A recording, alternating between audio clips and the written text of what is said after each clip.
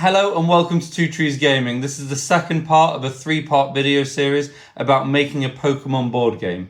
In the first part, we looked at physically making the game and getting some ideas for how it might work. In this one, we're going to talk through the rules of the game and how to play. And in the next one, which will be out in just a couple of days, we're going to look at some of the specific Pokemon in the game. If you like this content though, please share it around, please subscribe, please let me know in the comments. And if you don't like it, don't worry, you don't need to let me know. It'll be Middle-earth next week.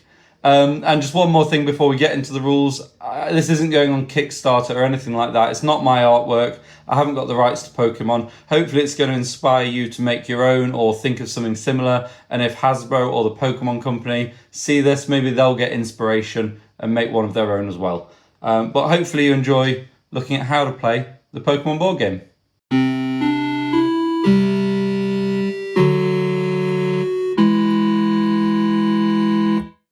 It's had a lot of love, so I'm going to get it out of the box. There's going to be a few bits that are a little bit bent or broken, but hopefully you'll get the idea. To get it out of the box, you have to push it up through the bottom because our board game shelf just didn't have enough space. So, makes for a nice reveal though. I'm hoping, just by looking at that, you kind of feel like you're in the video game or in the anime, and if you're a little kid and you've got to get down low and find where you've got to go, that's hopefully quite exciting. So how do we play the game? Well, I've got a rule book and I'll link it in the description. Give that a quick download. But in principle, the game is played on two boards. The adventure board, which is where you're moving around on spaces that look kind of like a Route 1 or 2 kind of area in a Pokemon game. And then you move on to the battle board. And whoever wins the battle will win the game. So on the adventure board, you're working for Professor Holly and you're collecting Wingull Mail. So there'll be 3 Wingull Mail in play. And once you've got 3 Wingull Mail, you can move to the prize Pokemon space and collect a prize Pokemon, which is going to be extra powerful in battle. You can add that to your team, and then the game switches to the battle board, and whoever wins the battle wins the game. So to set up the game, we need to put out 3 Wingull Mail. 1, 2, 3. And these can be all different things, but they're always going to be a location to move to. So we've got Snorlax, where you move to Snorlax. If you move to that, you will get the Wingull Mail. But then as a reward, you can try to catch him. You don't have to catch him to get the Wingull Mail. Moving there gets it for you. And then there's the reward is the added bonus of maybe you add a Snorlax to your team. There's the bug catch has been overrun, so you just keep drawing wild Pokemon until you catch one with him as a reward. And then there's the Pokemon breeder, who's got a Togepi to give to you.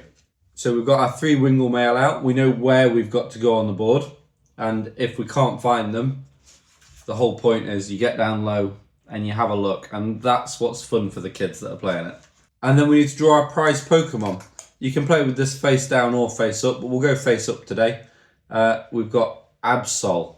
So Absol is one of the most powerful Pokemon in the game. This is a kind of an up to the first gym kind of board game. So the most powerful Pokemon you'll encounter will be Onix, Rhyhorn, Machoke, Venomoth, if they're in it, Absol, that kind of thing. You're not going to get Articuno and Mewtwo and that kind of stuff. And then we need to pick our trainers. So there's red, yellow, green and blue.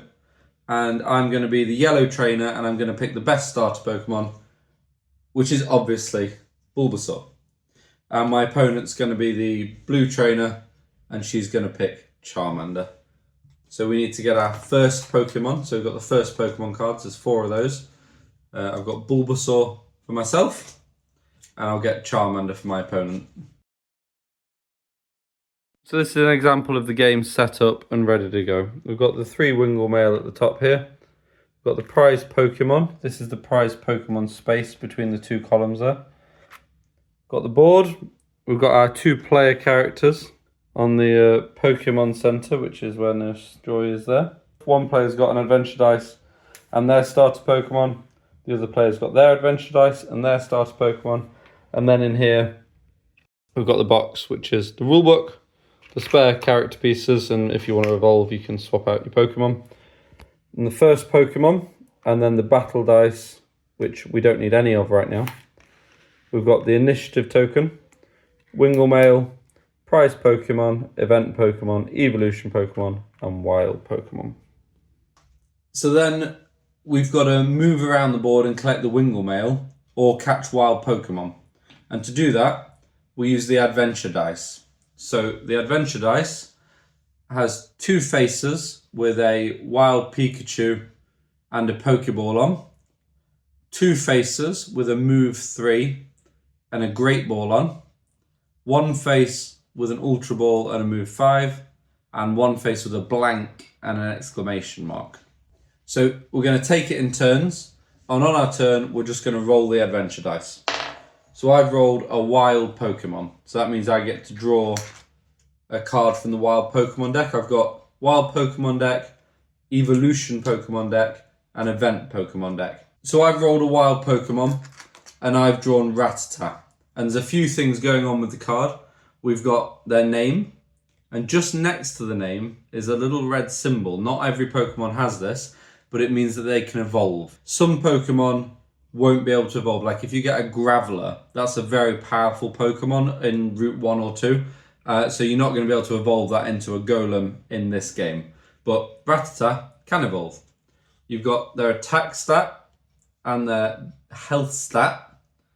We've got their special ability and then how to catch them. Rattata's special ability is he's a Route 1 specialist. If I catch a Pokemon using a Pokeball, I can take another turn to a maximum of 2, and I can do that every turn. What does that mean? Well, these symbols at the bottom are what I need to catch that Pokemon. So if I can roll Pokeball, Great Ball, or Ultra Ball, I'll catch Rattata. Great Ball, I add him to my team. I can have a maximum of 3 Pokemon on my team. If I catch a 4th Pokemon, I have to decide, do I want to send it to my box or swap it out for one in my team? I can't then swap back and forth between them. Some Pokemon have abilities that are really good on the adventure board. They're going to let you move extra spaces, maybe move the opponent around. And some Pokemon are good for the battle board, which is obviously ultimately how you win the game. But if you pick a load of Pokemon that are good at battling, you're maybe not going to make it first to the prize Pokemon, and that prize Pokemon is the best battler in the game. So I've taken my turn, I've caught my Rattata, I'm very happy. It passes over to my opponent's turn. They roll the dice, and they've got themselves a move 3. So they're going to move their piece 3, and as it happens, the Pokemon breeder with Togepi is just 3 spaces away. So they get the Wingull Mail. They don't need to activate the reward to receive that. They've got 1 Wingull Mail. When they have 3, they can get the prize Pokemon and move to the battle stage. But let's see what the reward is. Collect Togepi from the daycare and it'll join your team. There's no catching required. This is just a free Togepi. So we go to our event Pokemon deck. Remember, we've got wild, evolution, and event. So we go event Pokemon, and Togepi's right here. And you can see her stats are terrible. She's got 0 attack, 14 health, which is very low. But she has this ability, Metronome. At the start of the turn, draw a wild Pokemon, place it next to Togepi. You have their ability until the end of the turn. So Togepi is a bit of a wild card. That's quite a complicated power, but it's quite reflective of what Togepi would do in the anime. We would refill the Wingull Mail. So there's always going to be 3 in play. It just means you've got multiple routes to go to, and it makes it a little less swingy because obviously a Wingull Mail could be 1 space away from your character. There's only one more thing on here. So the move 5 obviously lets you move 5 instead of 3. But we have got this exclamation mark symbol. When we're catching a Pokemon, that's a blank. We don't want it. On the adventure board, when you're rolling to determine what you do for the turn, it's great. It lets you do 1 of 4 things. The first is draw a wild Pokemon. The second is move 3. But then the other 2 are a little more interesting. You can use it to evolve a Pokemon. Both my Bulbasaur and Rattata can evolve. I'll evolve my Rattata. And you can see his stats go up. He goes from 0-15 to 1 and 23. but also his ability changes. He goes from a Route 1 specialist to a Route 2 specialist. If I catch a Pokemon using a Great Ball, take another turn. So it's the same as Rattata, but it's Great Ball instead of Pokeball. It means you're going to be catching better Pokemon and getting more rewards for it, and ultimately is more powerful in battle. And obviously, I didn't want to evolve my Bulbasaur because Bulbasaur's the best. So you can evolve a Pokemon, or get a wild Pokemon, or move 3, or take the initiative. That's this little token, and it's going to let you attack first in battle. If nobody has the initiative, the player that moved to the prized Pokemon will go first, but it actually is a big swing, and it is worth getting. And that passes back and forth quite a lot throughout the game, quite often, because getting the first hit is huge. Let's find out why. So let's pretend one of us has got through Wingull Mail. They've moved to the prized Pokemon space. They're going to add Absol into their team. And then we're going to battle. Only one player has to move to that spot to activate the battle as well. There's also a few extra little things I suppose I should talk about on the board. We've got Rhyhorn Pass. And so if we go in through the Rhyhorn Cave, we pop out this side. There's a little bike path which is peeling up. Like I say, the game's had a lot of love. The fact it's still standing with just a wobbly tree is pretty good. So if you move onto this space, you can move down here.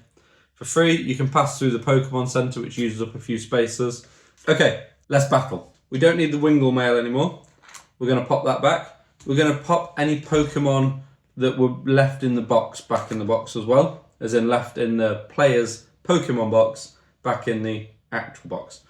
And then we're going to take out these 2 chunky dice. We can pop the adventure board on top here. And we can slide out the battle board. So, now we're battling. The player with initiative will go first. So that was me. I've got Bulbasaur, Raticate, and I made it to the prized Pokemon first, so I have Absol as well. And I've got the initiative. My opponent, though, knew that they weren't going to make it to the Absol first and doubled down on getting good battlers. They've got themselves a Houndour, Haunter, and Charmeleon. I have initiative, so I'll send out my Pokemon first, which is a slight disadvantage, but I will get to attack first. So I'm going to send out Absol. I put it in its little stand. I look at its health value, which is 25, which is pretty good. The maximum is 30. And I place it on the 25 square here. Then my opponent picks a Pokemon to send out. Now they can see the Pokemon I've sent out, so they're going to send out Houndour. And that's because Houndour has 2 attack, 21 health. That's fine. But it has the ability Intimidate. The opponent's attack value is reduced to 0. So my Absol would normally have 2 attack and 25 health, but against Houndour, it has 0 attack and 25 health. I put Houndour on the 21 because it's got 21 health. And then because I have the initiative, I'm going to attack first with Absol.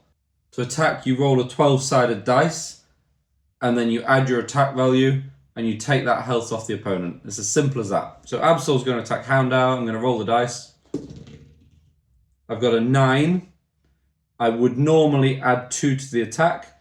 Houndour has negated that, so I'm going to do 9 damage instead of 11. So I count down 9 spaces on the board for Houndour. 1, 2, 3, 4, 5, 6, 7, 8, 9. Houndour has 12 health left. Houndour then attacks Absol. Roll the dice. Again, it's kind of luck-based. This is for primary age children. This is exciting for them. Oh, I've got a 12. Oh, I've got an 11. There's a little bit of strategy with sending out the right one and negating attack bonuses or whatever, but ultimately, it's going to be at least 50% the dice roll. 10 for Houndour. So that takes me from 25 to 15. Absol attacks again. I've got a 5. I don't add any attack value because of Houndour. 1, 2, 3, 4, 5. Houndour attacks. He's got a 10. Now all of a sudden, Houndour's winning. So Houndour has 7. Absol has 5. Absol attacks. 12. Perfect. Houndour dead. And then the opponent would send out their next Pokemon. Let's say they send out Charmeleon. Charmeleon's ability is to be able to re-roll their attack dice. So they go on space 24 because they have 24 health. He's got 3 attacks, so he's going to add 3 to whatever I roll. He's rolled an 8. That goes up to 11. Absol had 5 left. Dead Absol. Send out Bulbasaur. And now Bulbasaur versus Charmeleon would obviously normally be an absolute disaster, but there's no type advantage in this. I want the kids to be able to just catch the Pokemon that they want, and 19 types is a disaster to work out who's good against what when you've only got 3 on a team. So you could have a whole team of fire Pokemon, but that's the game. It's so much fun. There's a lot of luck involved. There's a lot of luck with being one space away from the Wingull Mail you need to get to, and you constantly roll wild Pokemon. But you can mitigate it by picking a Pokemon that lets you re-roll that on the adventure dice. There's a lot of luck here because it's a D12, and one person rolls a 2, and the next turn somebody rolls a 10. But it makes it fun. This is a game for kids that are happy to play snakes and ladders and that kind of thing.